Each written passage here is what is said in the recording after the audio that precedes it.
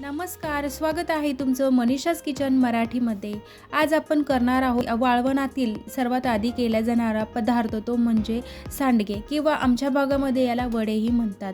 तर हे वडे कसे बनवायचे, कोणत्या डाळीपासून बनवायचे ते आज आपण बघणार आहोत आणि योग्य प्रमाण त्याचं पिठापासून बनवायचे की भिजलेल्या डाळीपासून ते आज मी तुम्हाला सांगणार आहे। तर चला सुरुवात करूया आजच्या रेसिपीला। तर सर्वात आधी या ठिकाणी मी 2 कुकरचे भांडे घेतलेले आहे। छोट्या कुकरच्या भांड्यामध्ये मी 1 कप मठाची डाळ घेतलेली आहे आणि 2 कप हरभऱ्याची डाळ घेतलेली आहे। तर तुम्ही सारखेही प्रमाण घेऊ शकतात, तुमच्या आवडीनुसार तुम्ही डाळीचे प्रमाण घेऊ शकतात।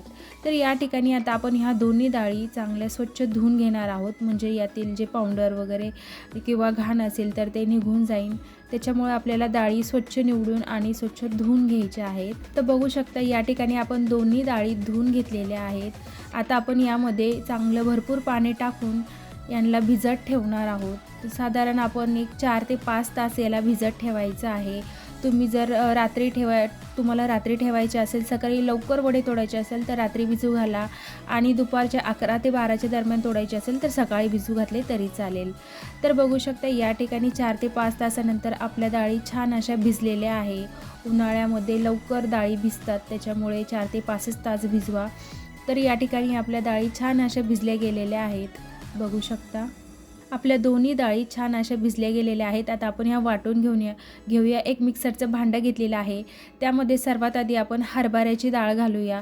थोडी हरभऱ्याची डाळ घालायची आहे आणि तेवढीच आपल्याला मठाची डाळ घालायची आहे, म्हणजे दोन्ही डाळी मिक्स करून वाटल्या तर त्या छान एकसारख्या वाटल्या जातात। त्याच्यामुळे आपल्याला ह्या डाळी मिक्स करून वाटायच्या आहे आणि जर पाणी घालता वाटायचे आहे, यामध्ये अजिबात पाण्याचा वापर करायचा नाही।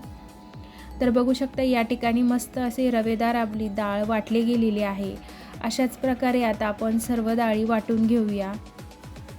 एका मोठ्या भांड्यामध्ये आता ही डाळ आपण काढून घेऊया।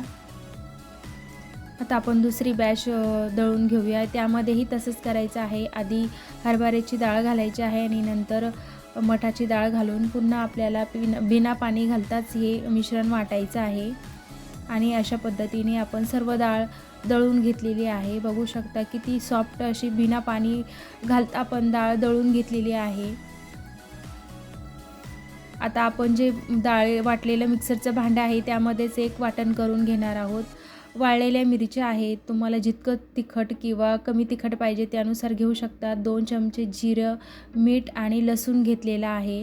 आता आपण हे सर्व एकत्र वाटण करून घेऊया।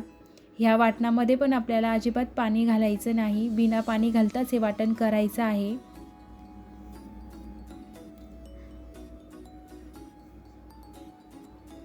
तर बघू शकता या ठिकाणी आपलं वाटण तयार झालेलं आहे। आपण वाटण थोडंसं असं जाडसरच ठेवलेलं आहे, म्हणजे आपल्या वड्यामध्ये ते नंतर खमंगपणा आणतं, त्याच्यामुळे जास्त बारीक काढलेलं नाही। आता हे वाटण आपण ह्या दळलेल्या डाळीमध्ये काढून घेऊया। आता आपण यामध्ये बारीक कापलेली कोथिंबीर घालून घेऊया।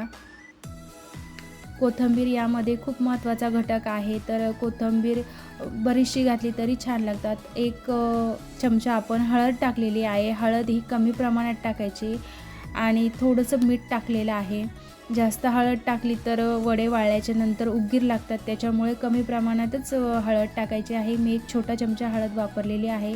आता हे सर्व आपण मिश्रण चांगले एकजीव करून घेऊया, म्हणजे सर्व मसाले जेवढे आपण साहित्य टाकले ते छान एकजीव होईल आणि अशा प्रकारे आपलं पीठ तयार झालेलं आहे। आता आपण वडे किंवा सांडगे तोडायचे आहे, तर त्यासाठी एक ट्रिक वापरलेली आहे। एक दूध बॅग घेतलेली आहे आणि ही दूध बॅग स्वच्छ धुवून घेतलेली आहे आणि जी बंद बाजू आहे त्याला आपण एक छेद करून घेणार आहोत, किंवा म्हणजे असं वडे तोडण्यासाठी किंवा सांडगे तोडण्यासाठी आपण याला थोडंसं कट करून घ्यायचं आहे। तर याला एक त्रिकोणी कट मारायचा आहे आपल्याला, बघू शकता या ठिकाणी। आणि ज्या आपली जी आधी फोडलेली जी बाजू आहे पिशवी, त्यामध्ये आता आपण मिश्रण घालून घेऊया। तर वडे तोडताना बऱ्याचदा काय होतं की आपण लाल मिरचीचा वापर करतो, त्यामुळे आपण वडे तोडल्याच्या नंतर आपल्या हाताची आग होते दिवसभर उन्हाळा असल्यामुळे, किंवा काही महिलांना छोटे छोटे बाळ असतात तर त्यांना हात लावल्यानंतर त्यांना तिखट लागतं. तर त्यामुळे ही ट्रिक एकदम महत्त्वाची आहे, तुम्ही नक्की वापरून बघा. तर या ठिकाणी मी जेवढं मिश्रण पाहिजे तेवढं चमच्याच्या साहाय्याने दूध बॅगमध्ये मी टाकून घेतलेलं आहे. आणि ज्याप्रमाणे आपण मेहंदीचा कोन हातात धरतो त्याच प्रकारे आपण याला रबर बँड वगैरे किंवा दोरा काही लावलेला नाही, हातानेच पकडायचा आहे. आणि बघू शकता आपण या ठिकाणी चेक करून घेऊया की आपल्याला किती जाड किंवा किती बारीक सांडगे तोडायचे आहे. तर थोडं कमी झालेलं आहे होल, तर मी थोडंसं करून घेत आहे मोठं. तर आता आपण चेक करून घेऊया की आता एकदम परफेक्ट असा आपला होल झालेला आहे. सांडगे तोडून घेऊया. तर सांडगे तोडायच्या आधी आपण ताटावरती सांडगे तोडणार आहोत. तुम्ही कपड्यावरतीही तोडू शकतात. तुमच्याकडे मोठी जागा असेल तर तुम्ही कपड्यावरती तोडा. ताटाला थोडंसं आपण तेल लावून घेऊया. अगदी थोडंसं लावायचं आहे, जास्तही लावायचं नाही, म्हणजे आपले जेव्हा आपण सांडगे वाळल्याच्या नंतर काढतो तेव्हा ते आल्हाद निघतात. त्यामुळे आपल्याला थोडंसं तेल लावून घ्यायचं आहे आणि लगेच आपण आता सांडगे तोडून घेऊया. तर आपला कोन तयार झालेला आहे. ज्याप्रमाणे आपण मेहंदी काढतो त्याचप्रमाणे आपण कोन पकडून आणि छोटे छोटे मस्त असे सांडगे तोडून घ्यायचे आहे. बघू शकता कमी जागेमध्ये जास्त सांडगे तोडले जातात आणि वेळही कमी लागतो आणि आपल्या हाताचीही लाल मिरचीमुळे आग होत नाही. तर यामुळे 2-3 गोष्टीचा फायदा होतो. तर अशाच प्रकारे मी सर्व सांडगे तोडून घेणार आहे आणि हाताने मी तुम्हाला सांडगे तोडून दाखवणार आहे की हाताने जेव्हा आपण सांडगे तोडतो तर सांडगे तोडून तोडून आपले हात खूप दुखतात. दिवसभर आपले जे बोटं असतात ते असे सांडगे तोडून तोडून दुखतात. तर त्यामुळे आपली म्हणजे खूप सारी मेहनत वाचणार आहे या ट्रिकमुळे. तर तुम्ही ही ट्रिक नक्की वापरून बघा. अशा प्रकारे आपण सांडगे तोडून घेतलेले आहे आणि आपल्याला हे सांडगे साधारण 2 दिवस कडक उन्हामध्ये वाळू द्यायचे आहे. म्हणजे आपला वाळवणीतला पदार्थ आहे आणि तो आपल्याला वर्षभर टिकवायचा आहे. त्यामुळे आपल्याला हा कडक उन्हामध्ये 2 दिवस छान असा वाळून द्यायचा आहे.